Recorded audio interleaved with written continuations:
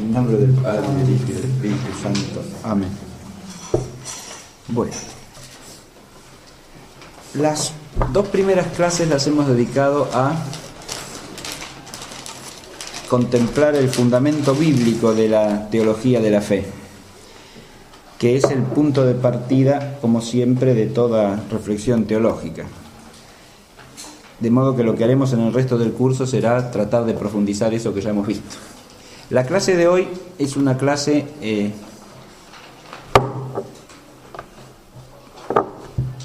importante en el conjunto, pero además probablemente la más difícil de todas. Así que voy a tratar de hacerlo lo más claro que sea posible. El tema de hoy es el primer tema especulativo que vamos a ver, que se llama la fe de la Iglesia. Y el objetivo de la clase es tratar de situar la relación entre lo que se llama la fe objetiva y la fe subjetiva. Para eso vamos a hacer 3 puntos. El primero, precisamente, presentar y tratar de vincular estos dos aspectos o dimensiones de la fe, que son la fe objetiva y subjetiva. En segundo lugar, vamos a recorrer las notas de la fe objetiva. Y en tercer lugar vamos a ir a lo que es el fundamento especulativo de la unidad de ambas dimensiones de la fe, la misión del Espíritu Santo y su relación con la fe de la Iglesia.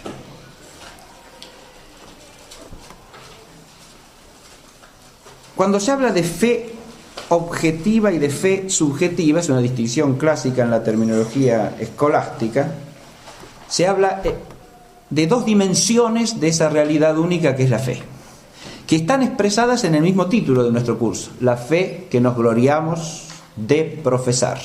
En ese título aparecen el término fe 2 veces. Primero, de modo explícito, ¿no? La fe, que es la fe de la Iglesia, y después se habla de profesar o de confesar, precisamente aludiendo a un acto por el cual nos adherimos a esa fe de la Iglesia, la que nos gloriamos de profesar. De modo que hay una fe que creemos y hay una fe por la cual creemos. Esas son las expresiones escolásticas clásicas también. Hay una fides quae creditur, una fe que es creída, es lo que creemos. Y hay una fe con la que creemos, fides qua creditus, que es nuestro acto de adhesión a eso que creemos.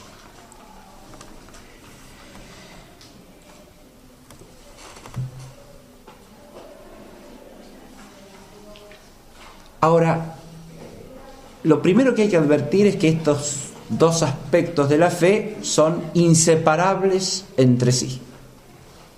Y eso lo podemos empezar a ver de entrada si advertimos que tienen una relación de sujeto a objeto. Es decir, una es un acto de personas, y por eso se llama subjetiva, en cuanto se da en un sujeto real, que es cada persona, en la que se da el acto de fe y, por la gracia del bautismo, el hábito de la fe. Se llama subjetiva entonces en este sentido, que es un acto o un hábito de cierto sujeto, de cierta persona que es su sujeto real. Y se llama subjetiva en cuanto es tal acto o tal hábito. Pero ese acto o hábito recae sobre un término objetivo, recae sobre algo, en este caso no solo sobre algo, ni primariamente sobre algo, sino sobre alguien. O las dos cosas a la vez. El acto de fe es un acto que implica un objeto ya por su misma noción elemental. Si en el sujeto es un adherirse creyente, es adherirse creyentemente a algo y es creerle a alguien. Ya desde la noción básica del acto de creer en el orden natural advertimos que hay un doble objeto en todo creer. Se cree algo a alguien, de manera que el objeto es complejo también. El objeto no es solo lo que creemos como un conjunto de verdades. Está bien eso. El objeto del acto de fe, o sea, la fe objetiva, podríamos decir, es lo que está resumido en el credo, ¿no? Lo que tiene su símbolo, en la síntesis que es como su signo, en las verdades que profesamos en el credo. Pero el objeto de la fe no es solo ese conjunto de contenidos, de verdades que se expresan en el lenguaje humano, que en el fondo es la totalidad de las verdades que nos han sido reveladas por Dios, que tienen en ese símbolo su síntesis. Todo y solo lo revelado por Dios es el objeto de la fe divina. Pero lo revelado por Dios en última instancia no es un conjunto de proposiciones a las que prestamos asentimiento. Eso es el contenido objetivo de la revelación en cuanto se expresa en lenguaje humano, verdad. Pero en última instancia lo revelado por Dios es su mismo ser personal. Y aquel a quien creemos es Dios mismo. De modo que Dios es a quien creemos y es en quien creemos.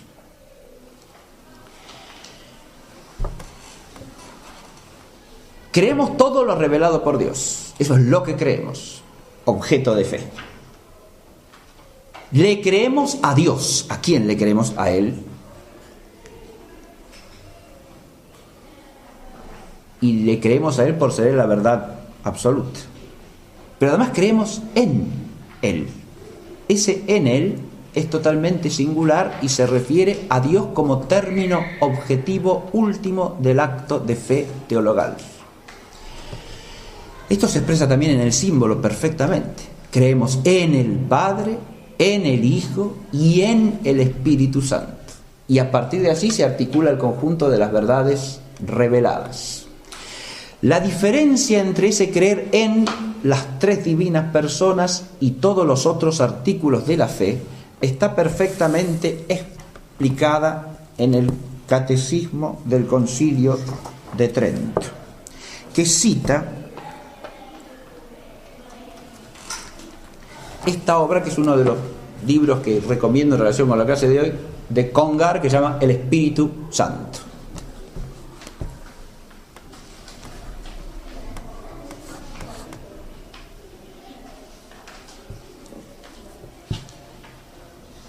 Es necesario creer que la Iglesia es una, santa y católica. Por lo que se refiere a las tres personas de la Trinidad, Padre, Hijo y Espíritu Santo, creemos en ellas de tal manera que colocamos nuestra fe en ellas. Pero ahora, cambiando nuestra forma de hablar, profesamos creer la Santa Iglesia y no en la Santa Iglesia. Si uno toma el texto griego en el texto latino, eso se hace evidente. Credo in Deum Patrem, in Deum Filium, in Spiritum Sanctum, pero no in Ecclesiam una santa, no. Credo Ecclesiam, creo que la Iglesia es una, santa, católica, apostólica. La Iglesia no es creo en el Padre, en el Hijo y en el Espíritu Santo. Esto es lo que está explicando el Concilio de Trento, el catecismo del Concilio de Trento promulgado en el pontificado de San Pío V. Profesamos creer la Santa Iglesia y no en la Santa Iglesia. Mediante esta manera de hablar distinguimos a Dios, autor de todas las cosas, de todas sus criaturas y de todos los bienes inestimables que ha dado a la Iglesia. Al recibirlos, los relacionamos con su divina bondad. El creer tiene, por lo tanto, un objeto que es complejo. Creemos un conjunto de verdades, sí. Entre esas verdades figura esta, que hay una iglesia, una única iglesia, que es la Iglesia del Señor, que es una, santa, católica y apostólica. Pero ¿a quién le creemos? Le creemos al Padre y al Hijo y al Espíritu Santo. ¿Y en quién creemos? En el Padre y en el Hijo y en el Espíritu Santo. En una explicación del símbolo, San Alberto Magno dice que al asociar el creo, la Iglesia, que es una santa católica, a la persona del Espíritu, dice el símbolo que creemos que en esa Iglesia actúa el Espíritu y por eso es una santa, católica y apostólica. Eso es lo que creemos, pero a quien le creemos es al Espíritu. Y aun cuando la Iglesia enseña con autoridad, a quien le creemos es al Espíritu, es decir, a Dios.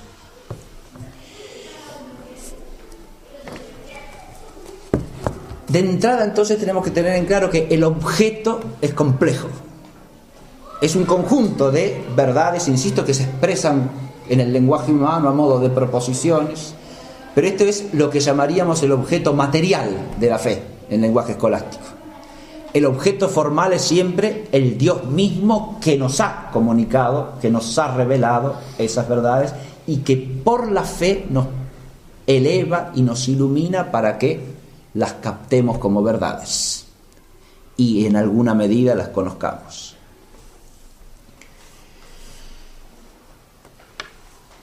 Si la fe es un acto de creer a alguien y en algo, no puede existir sin objeto determinado.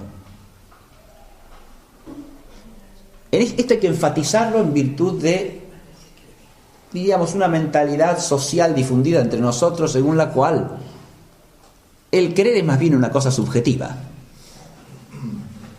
Es una especie de resolver por uno mismo aceptar algo, ¿no? Si es que le parece bien, si le viene bien, si le conviene, o porque lo necesita. Pero es una adhesión ¿a qué? Y a nada definido. Es como un sentimiento. Hace unos años daban en la televisión reportaje que decían la RAI, la televisión italiana, en la calle, y le preguntaba a la gente, ¿qué cree usted que es la fe? Y decían, es un sentimiento de aquí, un sentimiento de allá. Si es un sentimiento, es un sentimiento. El sentimiento puede, aún el sentimiento analizado humanamente tiene cierto objeto siempre, pero puede no ser un objeto definido e inteligible. En cambio, la fe como acto de creer y de asentir con el entendimiento tiene siempre un objeto preciso como objeto de conocimiento. Y los actos y los hábitos de conocimiento se definen y se caracterizan esencialmente por su objeto, de manera tal que hay una primacía siempre del objeto sobre el acto. Y esto tenemos que aplicarlo a la fe. En la fe la primacía está del lado del objeto. Primero que nada por la noción misma del acto de fe, que por ser un acto, insisto, de asentimiento, de creer, de certeza, de convicción firme, es un acto en el cual interviene la inteligencia y por lo tanto tiene la primacía centrada en el objeto mismo siempre, porque el objeto es lo que la determina. Pero además por la naturaleza sobrenatural del acto. Aquí la primacía del objeto es mayor todavía, si se quiere, porque el objeto es la verdad suma, es la verdad primera. El objeto en última instancia es Dios mismo que se nos revela. No es algo que conocemos, no es cualquier cosa conocida. Siempre el acto de conocimiento está especificado por el objeto. Hay siempre una primacía del objeto, pero esa primacía puede no ser valorativa, puede no ser jerárquica, porque si yo conozco el comportamiento de las hormigas, bueno, es un objeto de conocimiento que determina mi entendimiento, sí, pero es un objeto cuya jerarquía ontológica no es superior a mi propia inteligencia. Ahora, en el caso de la fe divina, la primacía no solo es por la característica de objeto, sino por otras dos razones. Primero, porque el objeto y el acto correspondiente trascienden el orden natural, son intrínsecamente sobrenaturales. No están al alcance del hombre por su propia potencia nativa. Esto es. Y segundo, porque el objeto en sí mismo considerado no solo es superior al hombre, sino que es la realidad perfectísima de Dios, que es Padre, y es Hijo, y es Espíritu Santo, y se ha revelado al hombre en su ser personal. De manera tal que hay una primacía total del objeto. Esto correlativamente implica en el hombre el anhelo de abrirse a la realidad que se le manifiesta en la revelación y a través de la fe. Y eso es inseparable de la aspiración del hombre a conocer la verdad.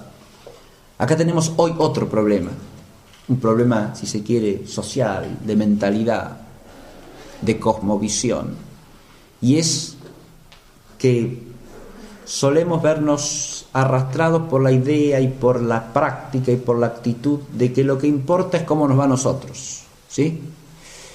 ¿Qué nos pasa a nosotros? Si nos va bien o si nos va mal. Es una actitud que también está tipificada en el Antiguo Testamento, dicho sea de paso, ¿no? El que se centra en sí mismo, si anda bien o si anda mal, si le van bien sus cosas o no, y trata de acomodar hasta los contenidos de su religiosidad a que le encajen bien o no, le convengan o no le convengan, le hagan sentir bien o no. Y esta es una actitud que hoy día pulula en la medida en que se borra el sentido de que hay verdad. Eso en la antigüedad no era porque no existiese el sentido de la verdad, sino simplemente por el egoísmo humano, que existe siempre. Eso siempre está trabajando adentro nuestro para arrastrarnos hacia la oscuridad. Pero hoy día existe instalado de una manera que diríamos cultural ese subjetivismo, relativismo, según el cual no hay verdad. Entonces, esto que estamos diciendo de la fe es como si encontrase oídos tapiados, ¿no? Porque no hay oídos abiertos a escuchar algo que trascienda al hombre. Y este es un problema fundamental en cuanto a la posibilidad del acto de fe hoy día. Pero ahora volvamos a tratar de entender intrínsecamente el misterio de la fe, ¿no? Lo que es la fe como misterio.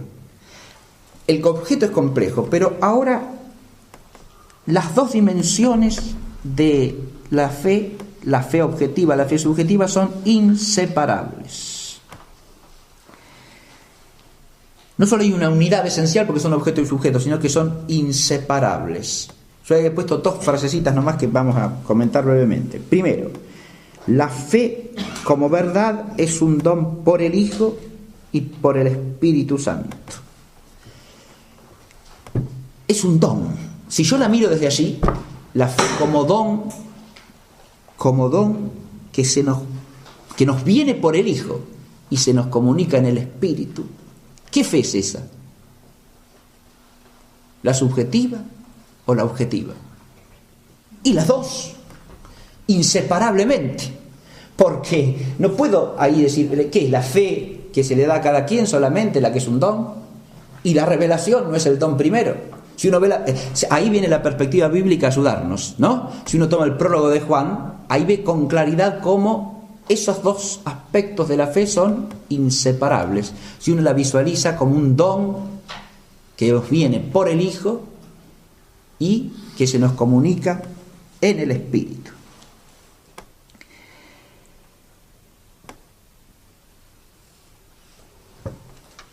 En el prólogo de Juan lo que está destacado, diríamos, es el aspecto objetivo, porque se trata del don de la verdad, ¿no? El don que es la verdad. Pero ese don que es la verdad, ahora de nuevo la perspectiva bíblica viene en nuestra ayuda, exige en nosotros la fidelidad como respuesta, ¿no? Ese acto que espontáneamente surge en nosotros a partir de eso que hemos recibido. Ahí está la inseparabilidad de la fe objetiva y la subjetiva. Y lo otro que puse es la fe como profesión, es don del Espíritu en la Iglesia, en el don de la gracia de Dios. Hay expresiones de Pablo que están centradas más bien en el aspecto subjetivo, ¿no?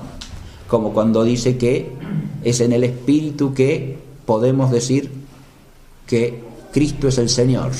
Es en el Espíritu y no fuera de él que podemos decir Abba, Padre. Es decir, la fe en nosotros es algo que viene del Espíritu. Pero de nuevo, viene del Espíritu para llevarnos al Padre y al Hijo. Es decir, viene del Espíritu para unirnos a las personas divinas, y ahí está la dimensión objetiva de la fe, inseparable de ese acto por el cual nosotros creemos. Pero ahora nos podemos preguntar, ¿quién es el sujeto de la fe? ¿Quién es el sujeto? En primer lugar, puedo decir que cada cristiano por la gracia del bautismo. Claro, cada cristiano, eso es sencillo a partir del catecismo inclusive, ¿no? Cada cristiano por la gracia del bautismo recibe el hábito sobrenatural de la fe divina, de la fe teologal, y es capaz de hacer actos de fe, de manera tal que cada cristiano por la gracia bautismal es sujeto de la fe divina. Pero en el mismo rito del bautismo nos encontramos con otro dato que ya complica de nuevo la cuestión, porque es la Iglesia entera la que proclama la fe y dice: esta es la fe de la Iglesia, la fe que nos gloriamos de profesar. Y cuando uno estudia teológicamente el sacramento bautismal, advierte que es en esa fe que es bautizado el que es bautizado. No en una fe subjetiva que todavía no tiene, que va a recibir por el sacramento del bautismo, sino que es bautizado en la fe ¿de quién? De otros que están allí y que ya lo tienen. Pero esos otros actúan individualmente. Es la fe de cada uno. No es lo que dice el rito. El rito dice que se trata de la fe de la Iglesia. De manera tal que ahora hay un segundo sujeto, y ese segundo sujeto es la Iglesia que bautiza. No solo el bautizado es el sujeto real de la fe, sino también la Iglesia que bautiza. Y así como hay una complejidad en el objeto, hay también una complejidad en el sujeto. Esta complejidad del sujeto consiste en que la fe es de alguna manera algo individual, pero también algo comunitario. La misma forma de estar redactados los símbolos de la fe en la antigüedad cristiana refleja esto. En su forma griega, que es la más antigua de todas, el símbolo apostólico viene en dos formas de redacción.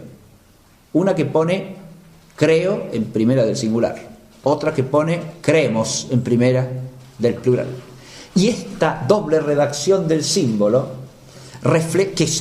existe en la liturgia hoy día también, porque hay fórmulas de interrogación de la fe en que se profesa el símbolo en forma dialogada, en las que se responde con el plural, creemos, mientras que la fórmula del credo que usamos para la liturgia dice creo y creemos.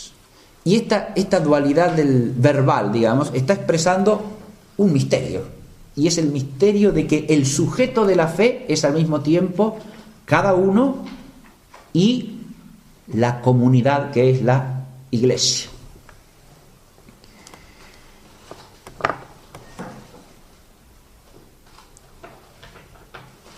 Yo he puesto aquí como titulito: complejidad del sujeto e inseparabilidad óntica y dinámica de lo individual y lo comunitario, el ser interpersonal.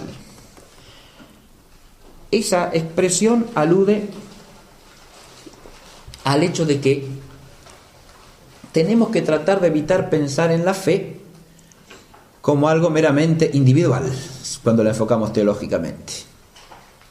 Es verdad que el sujeto de iniciación del hábito y el que realiza el acto es cada uno singularmente. Pero lo que no es verdad es que cada uno singularmente como persona exista como un individuo aislado. Eso es lo que no es verdad. Y no es verdad ya en el orden natural. Es decir, cada individuo humano, que es una persona, existe siempre interpersonalmente. Y esto se refleja en la fe. Esa interpersonalidad tiene dos planos, diría yo. Uno, óntico, ontológico, como quieran, es el plano del ser. El hombre es interpersonalmente. No hay realidad humana de un individuo aislado, suelto, ¿no? Eso es pues, por una hipótesis mental, pero no realidad humana de un individuo absolutamente aislado de todo otro individuo.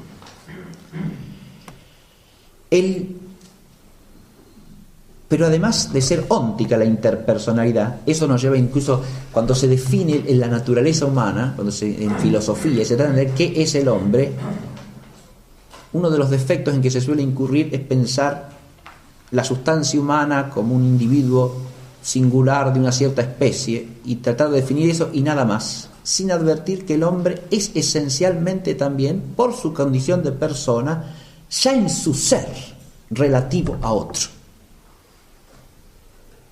por lo menos a Dios y también a otros hombres, de manera que hay una interpersonalidad que es óntica, es esencial si se quiere, pero además hay una interpersonalidad dinámica, operativa. El hombre no se realiza vitalmente sino en relación con otros.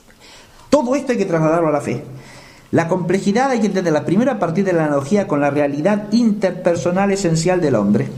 Ahí yo pongo como ejemplos el ser social y la palabra. La socialidad es una propiedad humana, decimos, ¿no? Bien, pero esa propiedad que es la socialidad implica precisamente el ser interpersonal del hombre. El hombre no se realiza, no vive como hombre, sino a través de vínculos sociales, o sea, vínculos con otras personas humanas que son de orden racional y moral, si no, no son vínculos sociales. Vínculos en los cuales nos asociamos, somos como socios unos de otros, ¿verdad? Ahora, la socialidad, ¿qué implica? ¿Un individuo solo? No. ¿Una comunidad de individuos que es anterior a los individuos? Tampoco. Implica un ser que existe interpersonalmente. Eso es lo que implica. Porque en la comunidad es anterior al individuo, en el individuo es una especie de mundo absoluto en sí mismo que después, si quiere, se conecta con otros. No. La socialidad del hombre muestra esa interpersonalidad. Más dramáticamente, si se quiere, lo muestra la propiedad primera de la naturaleza humana, que es la palabra. Nosotros podemos pensar que la palabra brota del interior de cada quien, y es verdad. Pero es tan verdad como eso lo que decía Aristóteles ya, que el logos entra por el oído. O sea que la recibimos a la palabra antes de poder proferirla desde lo más profundo de nuestra interioridad como personas, la recibimos de otros que hablan, y sin eso no tenemos palabra. De manera tal que hay una realidad interpersonal sin la cual no existe el hombre como hombre. Ahora, esto por analogía lo tenemos que trasladar a la fe, porque en la esfera de la fe primero se da que lo sobrenatural asume lo natural, pero no lo elimina, de manera que la realidad y el misterio de la Iglesia no suprime esta interpersonalidad esencial del hombre, sino que al contrario, la plenifica. Pero además, esto nos sirve como analogado para entender de alguna manera que con la fe pasa eso mismo que pasa con la palabra. Y ahí el vínculo es real también, porque como dice Pablo, la fe depende de la palabra, y humana incluso, no de una palabra meramente humana, pero de una palabra humana que es mediadora de la verdad divina, y entra por el oído. Ahora no es el logos humano lo que entra por el oído, es la fe divina lo que entra por el oído, porque ese logos ha sido elevado, ha sido trasladado por la fuerza del Espíritu a ser instrumento significante de la verdad revelada, y es un instrumento de la acción vivificante de la revelación divina, de manera tal que ahora lo que entra por el oído no es un logos humano, sino es el eco del logos de vida que se ha hecho carne y ha habitado entre nosotros. Es como un eco, como un volver a sonar su voz, no ya con su propia garganta humana, sino a través de la de los otros, las de los que son miembros de su cuerpo. Esto, si nosotros nos situamos a partir de Pentecostés, con el misterio de la Iglesia ya culminado, vemos que ahí empieza a sonar esa voz a través de la cual la fe entra por el oído. ¿Y es voz de quién? de un individuo? Ah, no, es voz de esa iglesia que acaba de recibir el don del Espíritu prometido por el Señor. Habla por boca de uno, porque el hablar no puede ser sino de cada quien, sí. Pero ese hablar de cada quien depende de que todos seamos un cuerpo y de que quien habla a través de nuestra voz sea el mismo y único Espíritu de la verdad. De modo que tenemos que cantar cada uno, pero en coro. El coro de la liturgia es la expresión de esto de una manera manifestante y al mismo tiempo misteriosa, porque en el coro se realiza esto de que, claro, la voz es de cada uno, pero no canta cada uno por su lado, ni cada uno por su cuenta, sino que cantan todos una misma cosa, un mismo canto. Y porque son parte de una realidad comunitaria en la que están unidos realmente y dinámicamente, vitalmente, podríamos decir. Esa complejidad del sujeto de la fe, que podemos ver a partir de la analogía con la naturaleza humana, tiene también una dimensión propiamente revelada. Y eso está en el B, ¿no? La complejidad en el misterio, porque el sujeto es el cuerpo de Cristo. En el mismo concepto paulino de cuerpo de Cristo está esa dualidad significada y también la inseparabilidad de las dos dimensiones. Porque el cuerpo tiene miembros, muchos miembros, como dice Pablo, y cada uno tiene su función, pero es un solo cuerpo. La fe es del cuerpo, y como es la fe del cuerpo, la fe de la Iglesia es la que cada miembro se gloría de profesar. Y así como la visión del cuerpo nos hace ver esa unidad profunda, lo hace también la otra visión de la Iglesia como esposa de Cristo. La Iglesia es la esposa inmaculada en la unión del Espíritu Santo, por la cual el cuerpo está unido a Cristo como la esposa al esposo, en una unidad perfecta e indisoluble. Ahora bien, en esa unidad, cada uno de los que forman parte de esa unidad está llamado a formar un único vínculo en la unidad. El vínculo es único, podríamos decir. Esta imagen de la esposa hay que pasarla por la imagen del cuerpo, obviamente, para ver esto que estoy diciendo. Pero el vínculo es absolutamente único, de manera tal que todos los miembros del cuerpo constituyen la unidad de la única esposa de Cristo, que es la Iglesia. Y esa esposa es esposa en el Espíritu, de manera tal que el Espíritu la hace vivir como tal, y el Espíritu es uno solo. Fíjense que esa imagen de la esposa se aplica también a las iglesias particulares, cada iglesia, porque ahí hay otra complejidad del sujeto.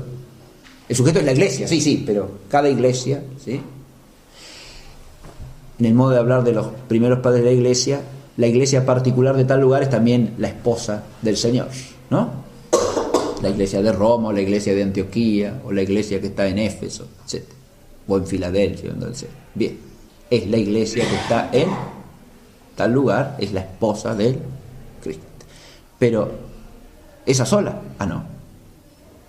Esa, porque es una realización concreta de la única iglesia que es la misma en todos lados, porque el Espíritu es uno solo.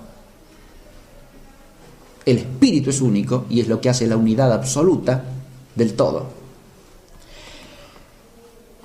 Si no llegamos a pensar esto de alguna manera, no vemos tampoco en la fe el sujeto de la fe. El sujeto de la fe es esa realidad de la Iglesia que es el misterio de Cristo presente en medio nuestro. Si no, no hay sujeto de fe. Sujeto de fe no es un individuo aislado que dice, sí, yo creo. No. Eso no es el sujeto de fe. El sujeto de fe es la Iglesia entera. Y por eso, eso que es ontológico también tiene su dimensión dinámica. Quiero decir, la fe de unos confirma la fe de otros, ¿no? Esto se aparece en Pablo con toda nitidez. Nos confirmamos mutuamente en la fe, ¿no? A través de las palabras, de las acciones, de los cantos, ¿no? De la acción de gracias. Nos confirmamos mutuamente en la fe, quiere decir que nos corroboramos, nos fortalecemos en la fe mutuamente como miembros de un cuerpo que participan de la misma y única fe en el mismo y único Espíritu. Muy bien. Pasamos a la segunda parte. Yo dije que la fe tiene dos dimensiones, la subjetiva y la objetiva, pero que hay una primacía de la objetividad, una primacía del objeto, porque lo que la fe subjetiva hace en el sujeto es solo en la medida en que se le manifiesta el objeto adecuado. ¿Es la fe el principio de la salvación en nosotros? Sí, señor. Esa es la fe con que cada uno cree, claro, sí, pero en la medida en que recaiga sobre el objeto real de la fe, el objeto auténtico de la fe. Por eso ahora nos centramos un momentito en la fe objetiva y destacamos sus rasgos, sus características fundamentales. En primer lugar, retomamos la idea esta de que es la fe cristiana del cristiano y por lo tanto tiene un carácter teologal.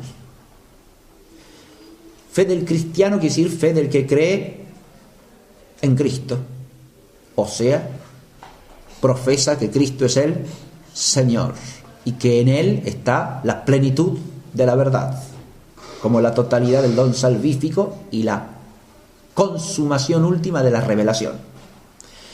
De manera tal que con eso solo ya tenemos, para empezar, el rasgo fundamental de la fe teologal objetivamente. Es fe en Cristo. Y como es fe en Cristo como el Hijo único, es al mismo tiempo inseparablemente fe en el Padre del Hijo y en el Espíritu de ambos. Esa fe es la fe de la Iglesia y por tanto participa las características o notas distintivas de la Iglesia. Es una, es santa, es católica y es apostólica.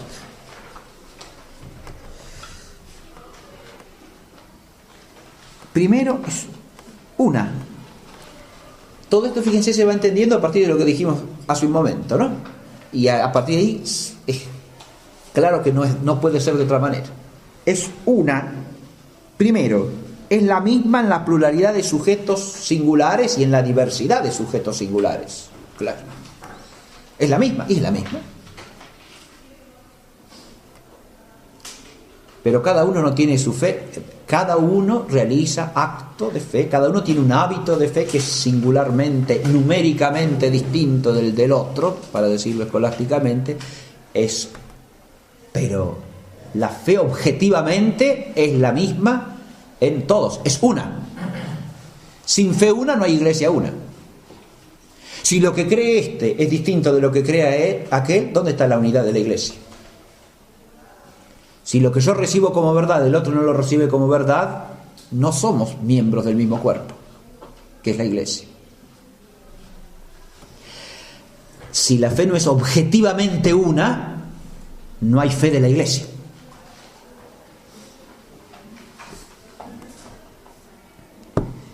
Esa unidad es, puse así, suprapopulus y supratempora, es decir, sobre los pueblos y sobre los tiempos, como se dice.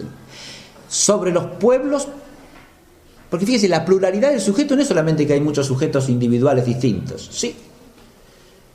En el mandato apostólico, Jesús le dice a los apóstoles que vayan a ser discípulos a todos los pueblos, a todas las naciones gentiles.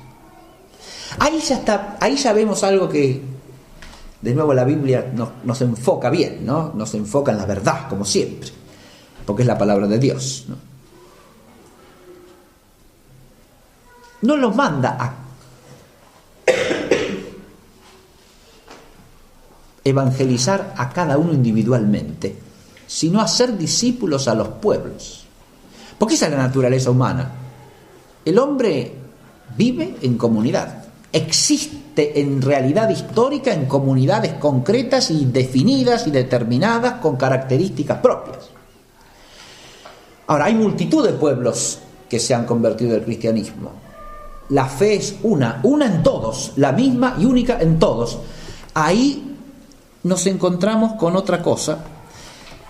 Cada pueblo puede aportar algo específico a ese coro de creyentes, ¿no? Porque cada pueblo tiene sus características, su idiosincrasia, que le permiten descubrir alguna belleza de la fe que el otro no ha captado del todo, alguna luz de la verdad que, como es divina, es inexhaurible, inagotable, infinitamente rica para el hombre, ¿no? Entonces cada pueblo puede en el concierto poner su nota, ¿no? En el coro poner su voz, pero en la unidad de la única verdad de la fe. La fe es una, sea que la profese un argentino, un inglés, los pongo juntos a propósito, un chino, un japonés, un azteca, un malayo, un indio, de la India quiero decir, ¿no?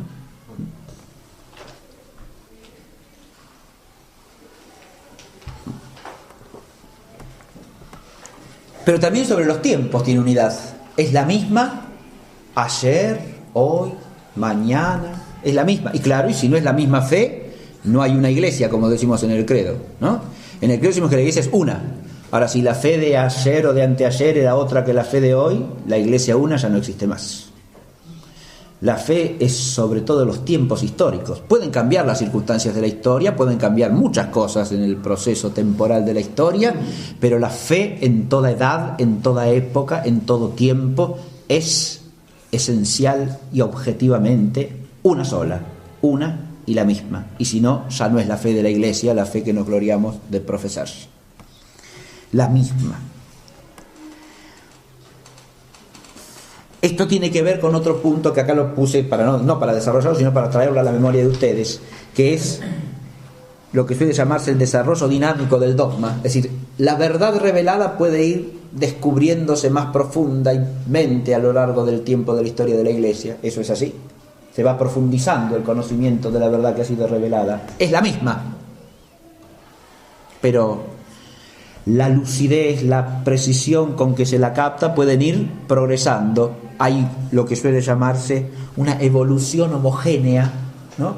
Expresión del padre Arintero, del dogma católico. Evolución no en el sentido de transformación, eso es lo que no puede haber, no transformación esencial, sino desarrollo homogéneo de lo mismo que se profundiza en el mismo sentido y en la misma verdad fundamental. La fe es una, la fe objetiva es una, y eso es lo que hace que todos los creyentes estemos unidos, ¿no? En una única iglesia. Ahora, la fe también es santa. Sí, señor. Nosotros tenemos una provincia que se llama así, ¿no? Santa Fe. Bien, la fe es santa. Es santa. Y si es la fe divina, ¿cómo no va a ser santa? Si es la fe que nos une a Dios mismo, porque es una fe teologal, ¿cómo no va a ser santa? Pero además, objetivamente, es el mismo. Es lo primero que dije, ¿no? La fe tiene como objeto, sí, las verdades reveladas, pero últimamente el objeto es Dios mismo. La fe es una virtud teologal porque recae sobre Dios mismo. ¿Cómo no va a ser santa si nos vincula con Dios? Viene de Dios porque es un don suyo y nos vincula a Él, de manera tal que la fe es objetivamente santa. Y además de ser santa, es santificadora del creyente porque es principio de la santificación. Nos da a conocer la verdad que es Dios y la verdad del plan de Dios. Eso se refleja claramente en el culto de la palabra y en los misterios sacramentales, en la liturgia de la Iglesia. Nosotros a la palabra la reverenciamos como manifestación de la verdad revelada de la fe, ¿no? Y todo el culto de la palabra es un culto a esa santidad de la fe, ¿no?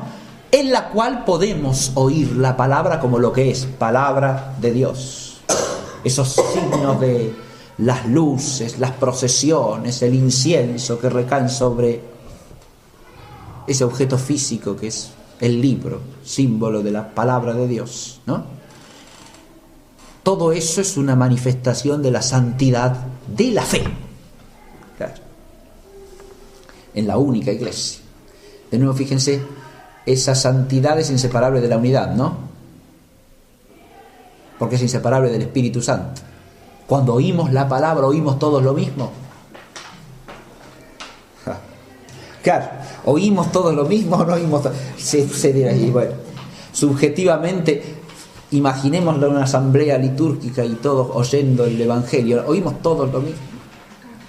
En la fe oímos todos lo mismo. Si oímos con el oído de la fe, oímos todos lo mismo. Todos lo mismo no es decir todos exactamente lo mismo, de la misma manera. No, claro.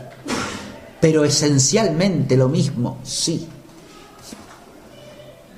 Porque oímos en el Espíritu, en la comunión del Espíritu que habita en la iglesia. Entonces oímos esencialmente lo mismo, porque lo oímos en la fe.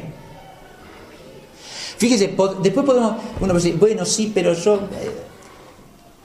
esa exégesis que propuso la homilía el padre a mí no me convence. Eso no es la fe, claro. La fe de la iglesia no versa sobre lo opinable. No, claro. Cuando oigo la palabra de Dios, no estoy oyendo opiniones teológicas de esto o de aquello. No, estoy oyendo la verdad de la fe. ¿Qué es lo que me dice la lectura, no? Ahí ya no hay duda. Eso es lo que oigo en la fe. Y cuando la homilía se centra en la verdad de fe, eso es lo mismo. Es un eco de lo que se ha leído, ¿no? Es un eco de lo que se ha proclamado. Y entonces me está diciendo lo mismo que oigo en la fe. Lo mismo que oigo cuando digo el credo, cuando canto el credo, ¿no? Lo mismo. Esencialmente lo mismo. Bien. También la realidad de los santos en la iglesia manifiesta la santidad objetiva de la fe. Porque el florecimiento de la santidad personal a lo largo de la historia de la iglesia está esencialmente vinculado a la fe ortodoxa, a la fe recta, al contenido objetivo de la fe. Esto es una manifestación también de la santidad de la fe. La fe manifiesta su santidad en la santidad de los creyentes. O, dicho de otra manera, la santidad de los creyentes es una manifestación de la santidad de la fe. En tercer lugar, es católica.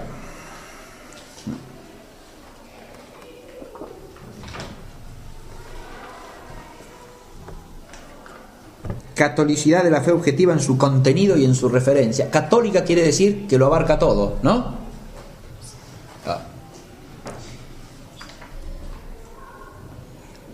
Primero, el objeto de la fe, que estamos hablando de la fe objetiva, ¿no? Dijimos, son un conjunto de verdades que se pueden expresar en proposiciones. Eso es el objeto material de la fe.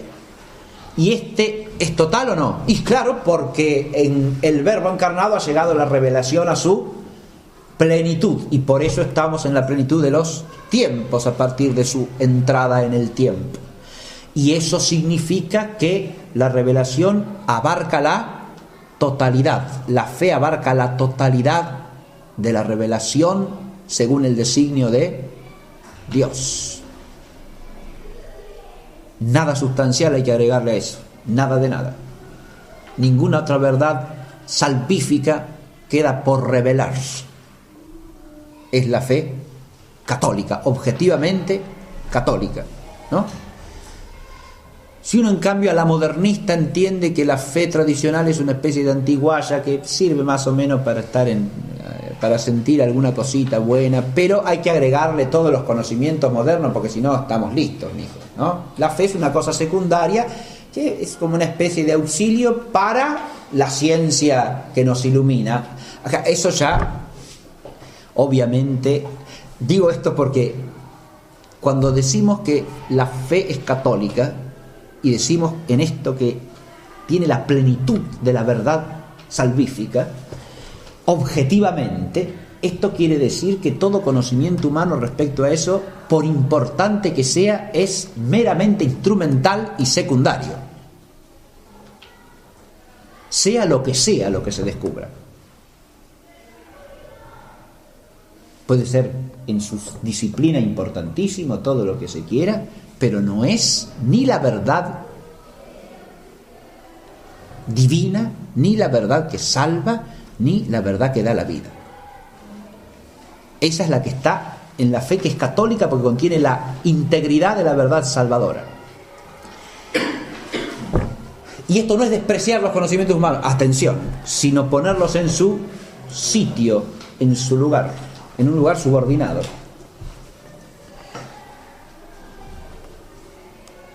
Pero además la fe objetiva no es solamente ese conjunto de verdades católicas, sino un conjunto católico, total, integral de verdades, sino que es Dios mismo, dijimos. Y ahora es católica en un sentido mucho más profundo todavía, porque si el objeto personal de la fe es Dios mismo, el Padre y el Hijo y el Espíritu Santo, la catolicidad está en que se trata del Dios que está en todo, sobre todo, y lo atraviesa todo, como dice Pablo, ¿no? Refiriéndose al Padre, que está en todo, sobre todo, y lo atraviesa todo, al Hijo y al Espíritu Santo. Y lógico, porque eso se puede referir a tres divinas personas, a la totalidad del misterio de Dios.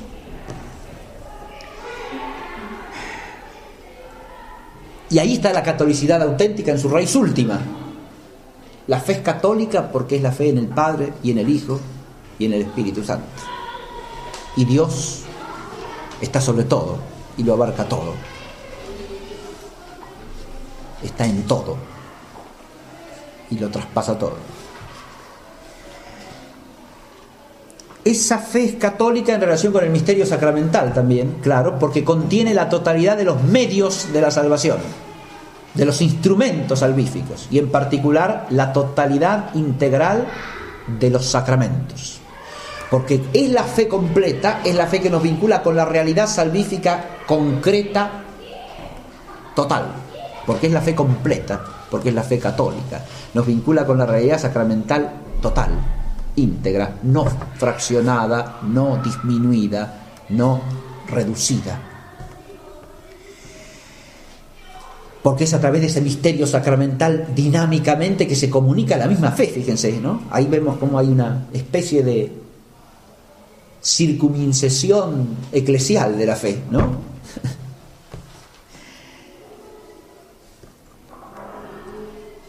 Y la catolicidad de la fe objetiva es también en relación con el hombre, con el tiempo, con la historia, que es la manera más común de pensar la catolicidad. Es decir, es católica porque abarca a todos los pueblos y a todos los tiempos.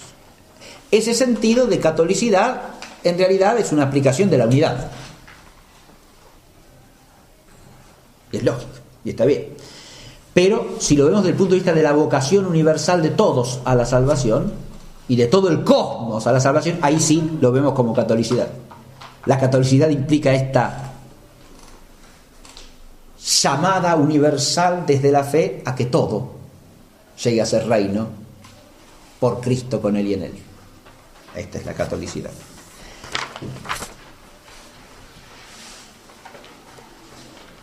De ahí que la fe como católica deba estar presente en toda dimensión de la realidad humana, en todo tiempo, en todo lugar, en todo oficio, en toda actividad, en toda esfera de la vida social y en la naturaleza misma. San Francisco le evangelizaba a los pajaritos. Claro. Eso no es una cosa, es un lirismo fuera de lugar. Eso es la más profunda realización del misterio de la catolicidad de la fe.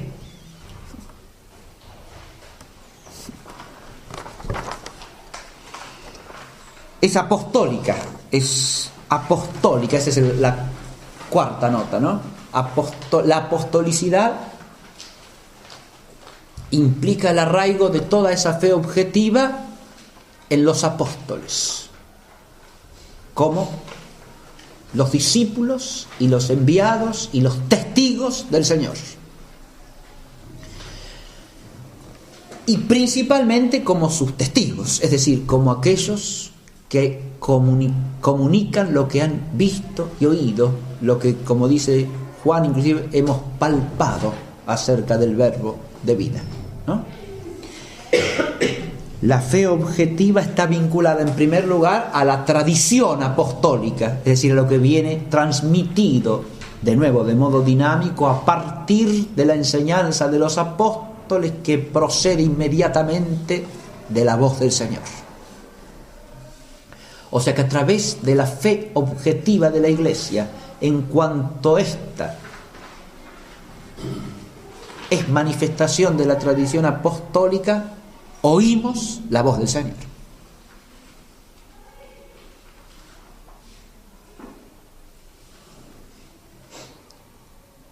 Porque lo que los apóstoles hablan, si lo hablan como apóstoles, no es algo que viene de ellos. Ya lo decía el Señor acerca del mismo: no hablo de mí mismo, sino que lo que he oído junto al Padre, eso es lo que hablo. Y ahora, por analogía, eso se aplica a los apóstoles. No hablo de mí mismo, sino que lo que he oído del Señor, eso es lo que hablo. Y eso es lo que habla la Iglesia, y eso es lo que habla el cristiano en la fe, lo que ha oído del Señor. Y lo oímos del Señor a través de sus apóstoles. Por eso nuestra fe es apostólica. Esa apostolicidad refleja la situación única, singular, irrepetible de los apóstoles. Porque nadie más que ellos pudo oír, ver y tocar al verbo de vida, porque nadie más que ellos fue elegido por el Señor para ser su discípulo, su enviado y su testigo ante todas las naciones. Esa tradición apostólica está a su vez asociada a la sucesión apostólica y a la autoridad apostólica. La fe es apostólica porque reconocemos en esa fe una sucesión apostólica legítima, es decir, no solo una tradición apostólica, sino una sucesión apostólica, que significa la sucesión de esa autoridad que el Señor confió a sus apóstoles. Esa autoridad divina que les comunicó a ellos y que de ellos se transmite a sus sucesores hasta el fin de los tiempos. Por eso hay ahí un misterio en la figura de los sucesores de los apóstoles, que son los obispos. La apostolicidad de la fe tiene que ver con esto. Con esta indisociabilidad que tiene la fe objetiva de la Iglesia con la garantía de la objetividad integral del depósito que ha sido confiado a la Iglesia. Y la garantía está en el ejercicio de la autoridad apostólica. No que la tradición apostólica circule solo entre los obispos, no. Es toda la Iglesia como cuerpo la que es sujeto de la tradición apostólica, en la cabeza y en los miembros.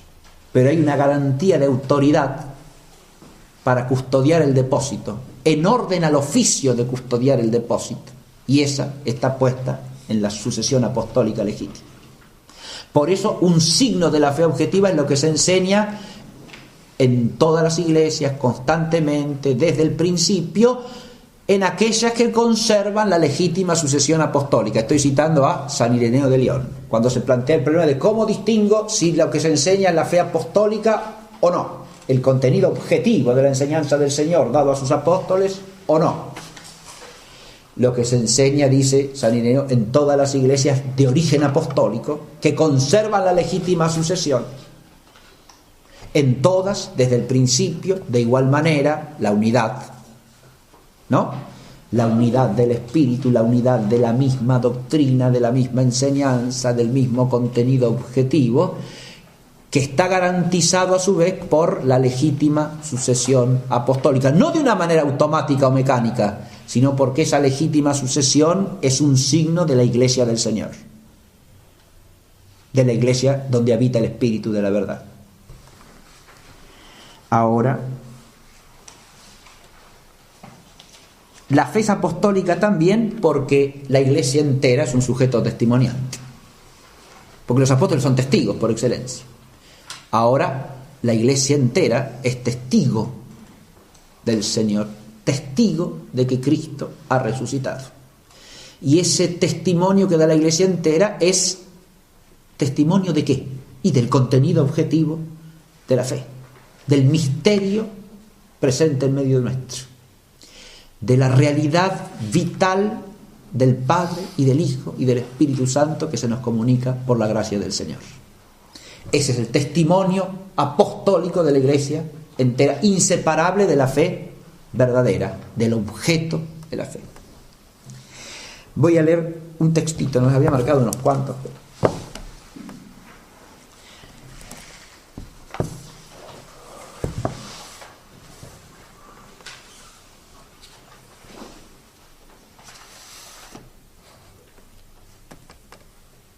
Este carácter apostólico de la fe le lleva a San Ignacio de Antioquía en la carta a los Filadelfios a decir esto: poned pues todo ahínco en usar de una sola Eucaristía, porque una sola es la carne de nuestro Señor Jesucristo y un solo cáliz para unirnos con su sangre, un solo altar, así como no hay más que un solo obispo, juntamente con el colegio de presbíteros y con los diáconos, consiervos míos.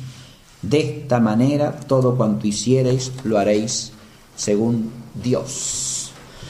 Así como Pablo decía, no hay más que un solo Padre, un solo Señor Jesucristo, un solo Espíritu, Ignacio, haciendo eco a esas expresiones de Pablo, habla de una sola Eucaristía, de un solo altar, de un solo cáliz, de un solo obispo. El obispo, como sucesor de los apóstoles, es el signo distintivo de la presencia del Espíritu en la... Por eso dije, no es automático eso, sino como... Y aparece presentado primariamente como ¿qué? Como el liturgo, como el que celebra la Eucaristía. Porque donde está la Eucaristía verdadera, está la fe verdadera. Porque ahí está el Espíritu del Señor. Y ahí está el Señor. Donde está el obispo legítimo, ahí está la Iglesia verdadera. Y unida a él en la misma celebración eucarística. La fe que es una, santa, católica y apostólica, es la fe evangélica y la fe ortodoxa. ¿Acaso esto lo digo para sugerir una temática? Obviamente, ¿no?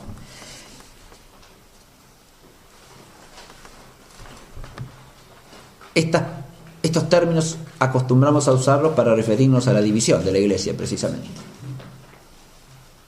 Hay una Iglesia católica, hay las iglesias ortodoxas y están las comunidades evangélicas, ¿no? Ahora, si lo vemos desde la fe, esos términos evangélico y ortodoxo son también atributos de la fe objetiva de la Iglesia. Si la fe es una, católica, santa, apostólica, ¿es evangélica o no? Y evangélica quiere decir primariamente dos cosas. Primero, que es el auténtico anuncio del Evangelio del Señor.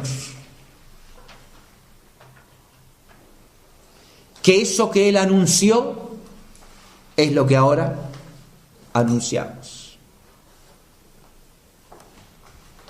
Fíjense ustedes que es un texto que tomamos la clase pasada. La fe a la que llama primero el Señor es esa, ¿no? Creer en su Evangelio. Convertíos y creed en el Evangelio. Ahora, esa buena noticia, esas albricias que Él proclamó, la buena nueva de la salvación, del reino, eso se sigue anunciando en la medida en que se anuncia ¿qué fe? La una, la santa, la católica, la apostólica. Y claro, en la medida en que se anuncia y en la medida en que esa fe es un eco de la voz del Señor, como decíamos hace un momento, es evidente, ¿no? Ortodoxia hace alusión a qué. Y primero que nada, hay dos maneras de interpretar teológicamente el término. Hay una que es básica y la primera y la más sólida de todas. Ortodoxo quiere decir que es según un parecer recto, es decir, es la fe objetivamente verdadera y conforme a qué, y a la tradición apostólica y a la verdad revelada según constan las Sagradas Escrituras y en la Sagrada Tradición, de manera tal que ortodoxia sería sinónimo de fe verdadera, de fe recta. De nuevo, la fe recta y verdadera está en la fe que es una, santa, católica y apostólica, y que es inseparable de la Iglesia, una, santa, católica y apostólica como su sujeto. Pero hay otro sentido más que toma el término doxa no en el parecer, sino en el sentido de glorificación. Y une esto a lo anterior. Es un giro especulativo que algunos teólogos griegos le dan al asunto. Ortodoxo quiere decir que da la recta alabanza a Dios. Porque, de nuevo, ahí hay otro signo. Así como el carácter evangélico implica ese estar alegre porque se anuncia la fe. Sin eso no habría verdadero espíritu evangélico, ¿no? Porque son las albricias del reino lo que se anuncia. La fe recta, la fe verdadera, implica la alabanza verdadera. Porque si se comunica la fe recta, pero no está unido eso a la glorificación litúrgica y a la vida de santidad, esta es la mentalidad ortodoxa. Ahora digo ortodoxo en el sentido de los griegos, los rusos. Bien. Si no está unida la profesión de fe a la alabanza de la Iglesia entera en la liturgia y a la santidad como esfuerzo en la vida personal de cada uno y de la comunidad entera, porque ahí tampoco hay individualismo, posible. Porque la santificación no es de la comunidad entera o es un esfuerzo heroico de algunos, que siempre los hay, gracias a Dios. Sí.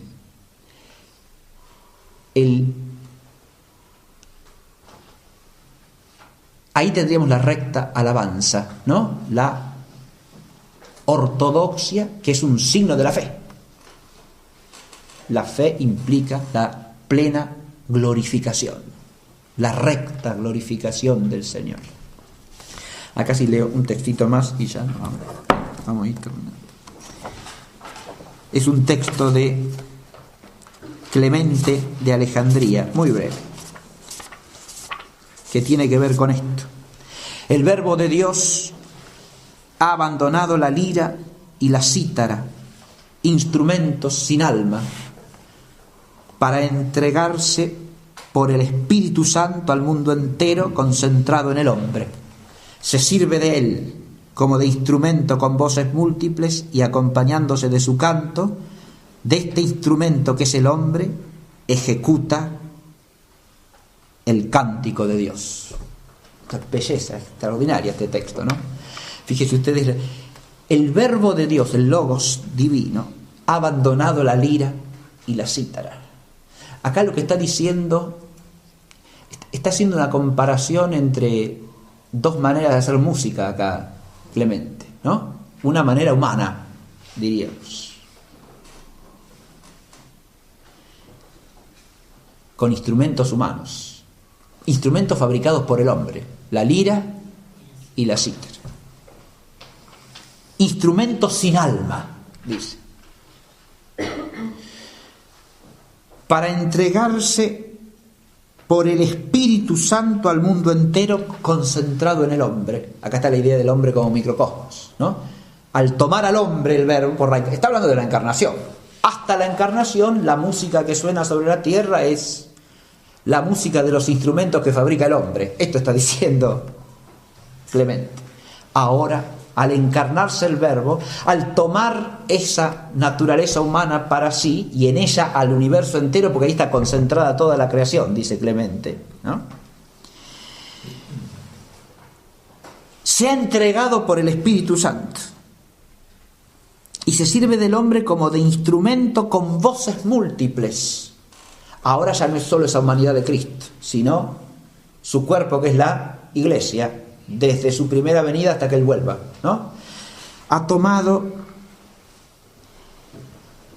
ese instrumento con voces múltiples y acompañándose de su canto, de este instrumento que es el hombre.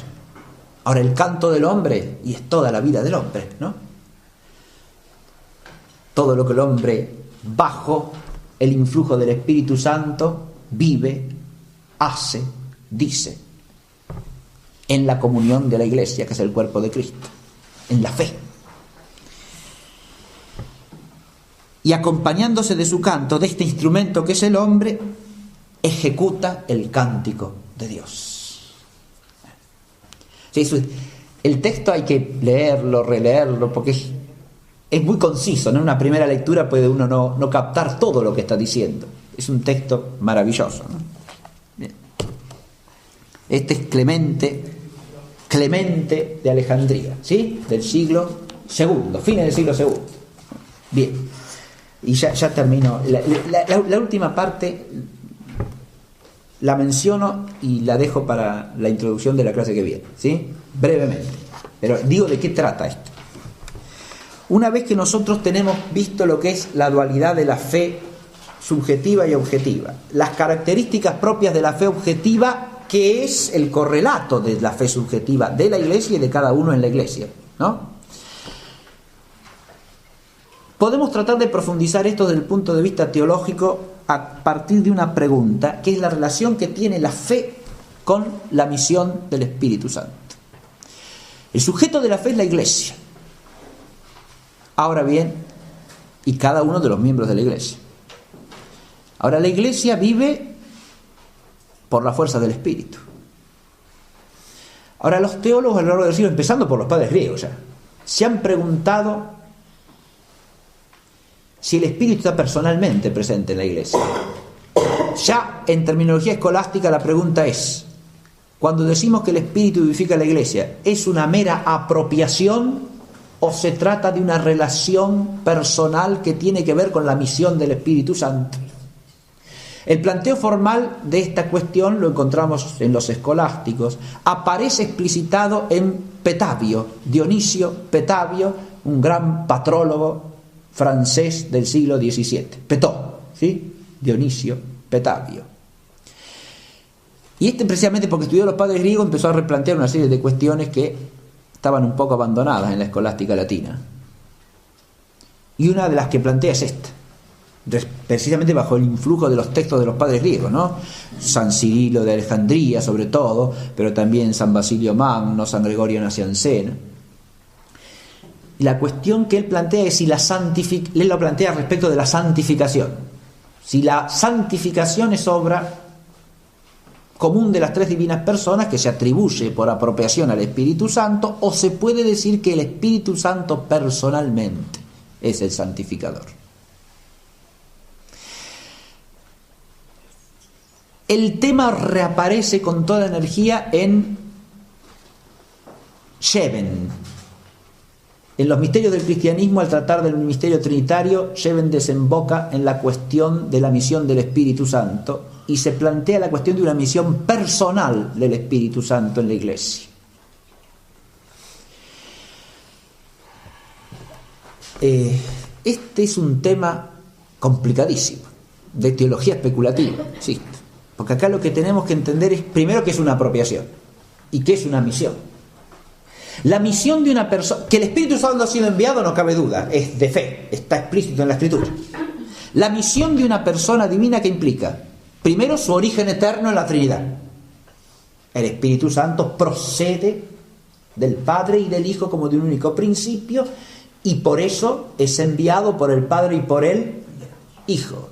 ¿Enviado qué quiere decir? Que deja de ser, no, que baja, no baja a ningún lado. Enviado quiere decir que Dios crea un efecto real que tiene una relación con esa persona y no con las otras. En el caso de la encarnación del Verbo es facilísimo entender eso. Bueno, en el caso de la encarnación del Verbo es claro que la humanidad de Cristo está unida hipostáticamente solo a la persona del Verbo. Y es enviado en cuanto que se encarna. Ahora, el Espíritu Santo es enviado ¿cómo? Si leemos el texto de Pentecostés en el libro de los Hechos, es decir, la lengua de fuego, el viento, son esos signos los que hacen al envío del Espíritu Santo, esos signos teofánicos. Evidentemente son nada más que signos externos que manifiestan el envío, pero no son el efecto del envío mismo. Es decir, no puedo decir que el Espíritu Santo ha sido enviado porque sonó un viento impetuoso y aparecieron lenguas de fuego, ¿no? No es a ese efecto creado que está vinculada la persona del Espíritu Santo. ¿Y a qué está vinculado? Y a la iglesia que nace, lógico. Entonces el Espíritu Santo ha sido enviado a la iglesia.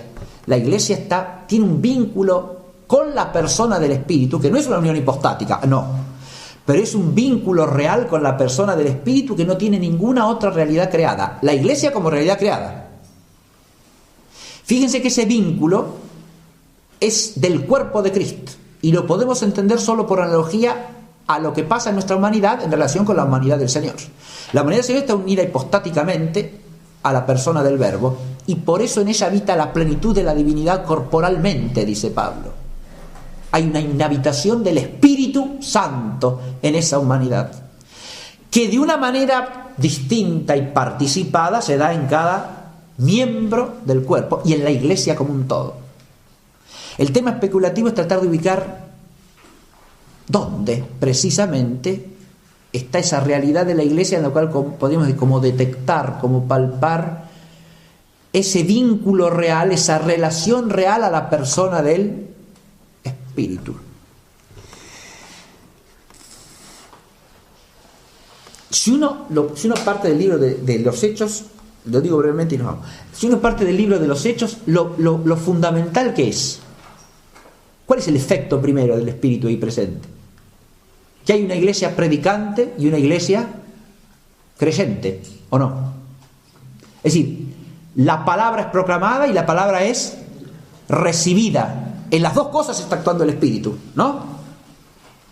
Pedro toma la voz cantante del colegio apostólico y predica, y se convierte en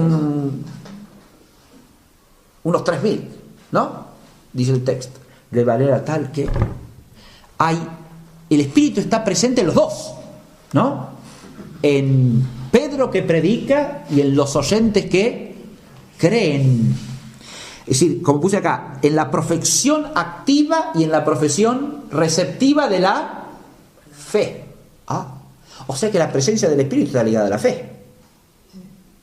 Donde hay fe verdadera, activamente profesada o receptivamente creída, ¿no? Y eso afecta a todos, porque el mismo Pedro que ahora proclama ha tenido que oír, ¿no? Y vuelve a oír. Va a tener que volver a oír, por ejemplo, por boca de Pablo cuando le reconvenga con su caracterazo, que si hace hincapié en la circuncisión está haciendo nada de la gracia de Cristo, ¿o no? Va a tener que volver a oír Pedro, sí señor, que se le recuerde lo que por la fe sabe. Bien, de manera que en esa actitud profesante y receptiva de la fe se manifiesta la presencia del Espíritu. Pero claro, eso es un aspecto dinámico. Hay que buscarle una raíz ontológica a esto, ¿no? Y esa raíz ontológica primero está en la iglesia entera, que es el cuerpo de Cristo, pero cuya alma es el Espíritu, porque es el principio vivificante, y del cual el Espíritu es las arras, otra expresión de Pablo, ya esponsalicia, ¿no? Las arras del desposorio. El espíritu está dado como en arras. Y esa está dado como en arras, sobre eso profundiza mucho Scheven, ¿no? El tema de las arras, el espíritu como arras de la iglesia, que es su esposa, la esposa de Cristo, ¿no? Arras porque es como el anticipo de la plenitud gloriosa, ¿no? El espíritu está presente en la iglesia como la incoación de la gloria. Es las arras de la plenitud definitiva. Ahora, esto tiene su centro, podríamos decir, está el cuerpo total que es la iglesia. Ahí está la relación con el espíritu en el cuerpo total que es la iglesia, ontológicamente. Como cuerpo de Cristo, cuya alma es el espíritu, para usar la primera imagen, y como esposa de Cristo, en la cual el espíritu son las arras, segunda imagen. Estas imágenes hay que profundizarlas con conceptos para tratar de entender de qué se trata, ¿no? Pero de ahí hay que partir. Pero el cuerpo de Cristo no es solamente el cuerpo que es la iglesia, es el cuerpo que es la Eucaristía. Y ahí de nuevo toda la tradición antigua hace hincapié en la epiclesis del relato eucarístico, como una manifestación del sello del Espíritu que hace que el cuerpo de Cristo esté realmente presente o manifiesta esa presencia real de Cristo en su cuerpo eucarístico, es decir, en el misterio sacramental de la Eucaristía, que es el cuerpo de Cristo litúrgicamente hablando en su centro, ¿no? En el centro de toda la realidad de la Iglesia y de la vida entera de la Iglesia. Ahí de nuevo podríamos decir, está el espíritu como alma de toda la iglesia, pero está también el espíritu como el que realiza la acción eucarística. A través del sacerdote y del pueblo realiza la plenitud del misterio eucarístico y el cuerpo de Cristo está presente ahí por el espíritu. Pero estas dos dimensiones hay que llevarlas después desde el punto de vista óntico, me parece a mí, al tema del carácter sacramental. Porque la profesión activa y la recepción de la fe y en la celebración del misterio eucarístico están vinculadas al carácter que se recibe en el bautismo, en la confirmación y en el sacerdocio, en el caso de los sacerdotes ministeriales, sin los cuales no puede haber actualización por el espíritu del cuerpo eucarístico del Señor. De manera tal que en el carácter, podemos decir que está como, y así lo llaman muchos padres antiguos, ¿no? Sobre todo griegos, está como es el carácter, sí, pero lo llaman también sfragis, es decir, como un sello que es una imagen en el cristiano, y ese sello nos da una relación real, como es el sello de Cristo en nosotros y el Espíritu es el Espíritu del Señor, pone en nosotros una relación real con el Espíritu como persona, no por apropiación, porque al sellarnos en Cristo, al configurarnos a Él ontológicamente en el fondo de nuestro ser personal, hace que tengamos una vinculación al Espíritu que es el Espíritu del Señor. Y de ahí podemos vislumbrar cómo el Espíritu Santo es el que está en la raíz de toda fe verdadera, objetiva y subjetiva en la Iglesia. Con eso ya podemos dejar la clase de hoy.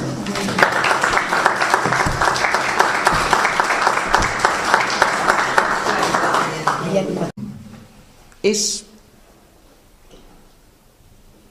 una especie de resolver por uno mismo aceptar algo, ¿no? Si es que le parece bien, si le viene bien, si le conviene, o porque lo necesita. Pero es una adhesión ¿a qué? Y a nada definido. Es como un sentimiento.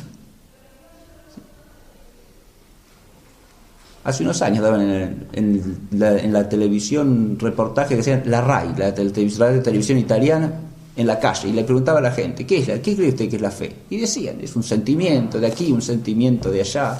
Si es un sentimiento, es un sentimiento. El sentimiento puede... Aún el sentimiento analizado humanamente tiene cierto objeto siempre, pero puede no ser un objeto definido e inteligible. En cambio, la fe como acto de creer y de asentir con el entendimiento tiene siempre un objeto preciso como objeto de conocimiento. Y los actos y los hábitos de conocimiento se definen y se caracterizan esencialmente por su objeto. de manera tal que hay una primacía siempre del objeto sobre el acto. Y esto tenemos que aplicarlo a la fe. En la fe la primacía está del lado del objeto. Primero que nada por la noción misma del acto de fe, que por ser un acto, insisto, de asentimiento, de creer, de certeza, de convicción firme, es un acto en el cual interviene la inteligencia y por lo tanto tiene la primacía centrada en el objeto mismo siempre, porque el objeto es lo que la determina. Pero además por la naturaleza sobrenatural del acto. Aquí la primacía del objeto es mayor todavía, si se quiere, porque el objeto es la verdad suma, es la verdad primera. El objeto en última instancia es Dios mismo que se nos revela. No es algo que conocemos, no es cualquier cosa conocida. Siempre el acto de conocimiento está especificado por el objeto. Hay siempre una primacía del objeto, pero esa primacía puede no ser valorativa, puede no ser jerárquica, porque si yo conozco el comportamiento de las hormigas, bueno, es un objeto de conocimiento que determina mi entendimiento, sí, pero es un objeto cuya jerarquía ontológica no es superior a mi propia inteligencia. Ahora, en el caso de la fe divina, la primacía no solo es por la característica de objeto, sino por otras dos razones. Primero, porque el objeto y el acto correspondiente trascienden el orden natural, son intrínsecamente sobrenaturales. No están al alcance del hombre por su propia potencia nativa. Con la que creemos, fides qua creditus, que es nuestro acto de adhesión a eso que creemos.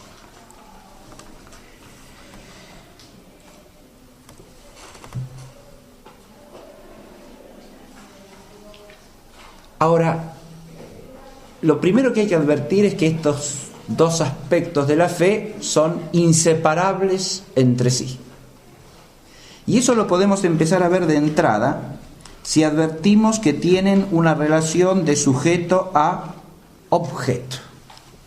Es decir, una es un acto de personas, y por eso se llama subjetiva, en cuanto se da en un sujeto real, que es cada persona, en la que se da el acto de fe. Y, por la gracia del bautismo, el hábito de la fe. Se llama subjetiva entonces en este sentido, que es un acto o un hábito de cierto sujeto, de cierta persona que es su sujeto real. Y se llama subjetiva en cuanto es tal acto o tal hábito. Pero ese acto o hábito recae sobre un término objetivo, recae sobre algo, en este caso no solo sobre algo, ni primariamente sobre algo, sino sobre alguien.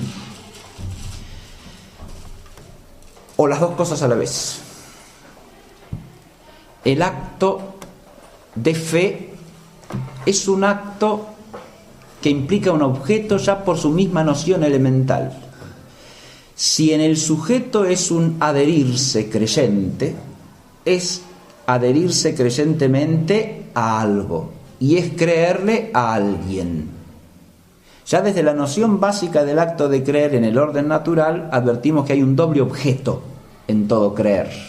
Se cree algo a alguien, de manera que el objeto es complejo también. El objeto no es solo lo que creemos como un conjunto de verdades. Está bien eso. El objeto del acto de fe, o sea, la fe objetiva, podríamos decir, es lo que está resumido en el credo, ¿no? Lo que tiene su símbolo, en la síntesis que es como su signo, en las verdades que profesamos en el credo. Pero el objeto de la fe no es solo ese conjunto de contenidos, de verdades que se expresan en el lenguaje humano, que en el fondo es la totalidad de las verdades que nos han sido reveladas por Dios, que tienen en ese símbolo su síntesis. Todo y solo lo revelado por Dios es el objeto de la fe divina. Pero lo revelado por Dios en última instancia no es un conjunto de proposiciones a las que prestamos asentimiento. Eso es el contenido objetivo de la revelación en cuanto se expresa en lenguaje humano, verdad. Pero en última instancia lo revelado por Dios es su mismo ser personal. Y aquel a quien creemos es Dios mismo. De modo que Dios es a quien creemos y es en quien creemos.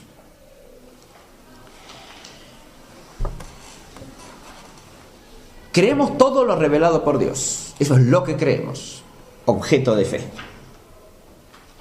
Le creemos a Dios. ¿A quién le creemos? A Él. Y le creemos a Él por ser la verdad absoluta.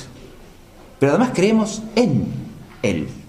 Ese en Él es totalmente singular y se refiere a Dios como término objetivo último del acto de fe teologal. Esto se expresa también en el símbolo perfectamente. Creemos en el Padre, en el Hijo y en el Espíritu Santo. Y a partir de allí se articula el conjunto de las verdades reveladas. La diferencia entre ese creer en las tres divinas personas y todos los otros artículos de la fe está perfectamente explicada en el Catecismo del Concilio de Trento, que cita esta obra, que es uno de los libros que recomiendo en relación con la clase de hoy, de Congar, que se llama El Espíritu Santo.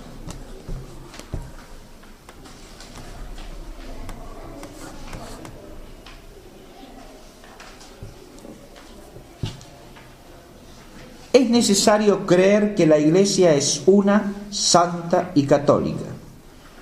Por lo que se refiere a las tres personas de la Trinidad, Padre, Hijo y Espíritu Santo, creemos en ellas de tal manera que colocamos nuestra fe en ellas. Pero ahora, cambiando nuestra forma de hablar, profesamos creer la Santa Iglesia y no en la Santa Iglesia. Si uno toma el texto griego en el texto latino, eso se hace evidente. Credo in Deum Patrem, in Deum Filium, in Spiritum Sanctum, pero no in Ecclesiam una santa, no, credo Ecclesiam una, creo que la Iglesia es una, santa, católica, apostólica. La Iglesia no es creo en el Padre, en el Hijo y en el Espíritu Santo. Esto es lo que está explicando el Concilio de Trento, el catecismo del Concilio de Trento promulgado en el pontificado de San Pío V. Profesamos creer la Santa Iglesia y no en la Santa Iglesia. Mediante esta manera de hablar distinguimos a Dios, autor de todas las cosas, de todas sus criaturas y de todos los bienes inestimables que ha dado a la Iglesia. Al recibirlos, los relacionamos con su divina bondad. El creer tiene, por lo tanto, un objeto que es complejo. Creemos un conjunto de verdades, sí. Entre esas verdades figura esta, que hay una iglesia, una única iglesia, que es la Iglesia del Señor, que es una, santa, católica y apostólica. Pero, ¿a quién le creemos? Le creemos al Padre y al Hijo y al Espíritu Santo. ¿Y en quién creemos? En el Padre y en el Hijo y en el Espíritu Santo. En una explicación del símbolo, San Alberto Magno dice que al asociar el creo, la Iglesia que es una, santa, católica, a la persona del Espíritu, dice el símbolo que creemos que en esa Iglesia actúa el Espíritu y por eso es una, santa, católica y apostólica. Eso es lo que creemos, pero a quien le creemos es al Espíritu. Y aun cuando la Iglesia enseña con autoridad, a quien le creemos es al Espíritu, es decir, a Dios.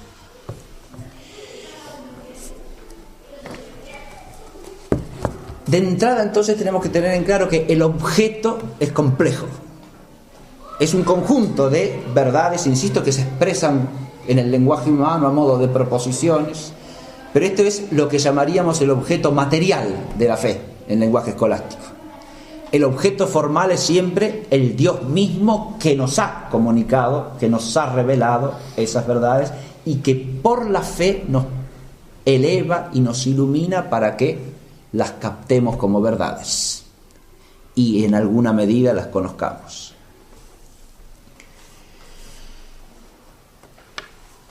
Si la fe es un acto de creer a alguien y en algo, no puede existir sin objeto determinado.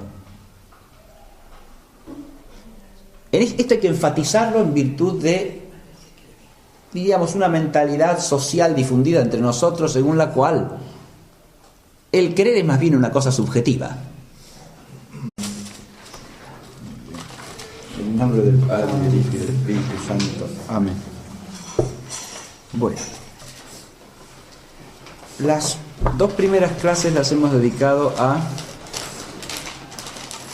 contemplar el fundamento bíblico de la teología de la fe, que es el punto de partida, como siempre, de toda reflexión teológica. De modo que lo que haremos en el resto del curso será tratar de profundizar eso que ya hemos visto. La clase de hoy es una clase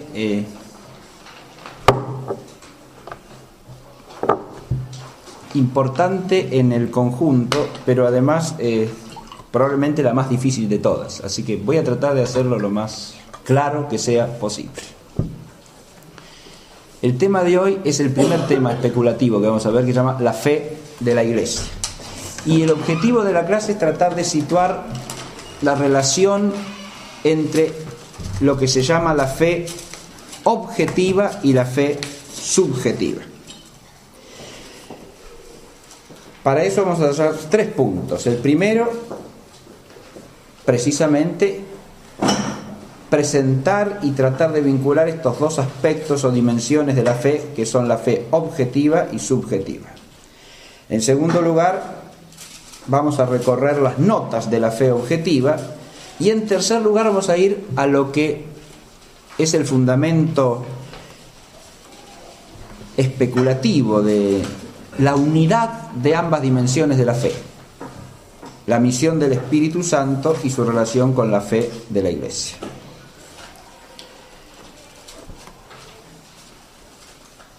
Cuando se habla de fe objetiva y de fe subjetiva, es una distinción clásica en la terminología escolástica, se habla de 2 dimensiones de esa realidad única que es la fe, que están expresadas en el mismo título de nuestro curso, la fe que nos gloriamos de profesar. En ese título aparecen el término fe 2 veces.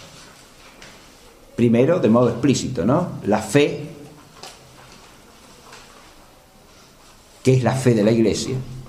Y después se habla de profesar, o de confesar, precisamente aludiendo a un acto por el cual nos adherimos a esa fe de la Iglesia, la que nos gloriamos de profesar. De modo que hay una fe que creemos y hay una fe por la cual creemos. Esas son las expresiones escolásticas clásicas también. Hay una fides quae creditur, una fe que es creída, es lo que creemos, y hay una fe con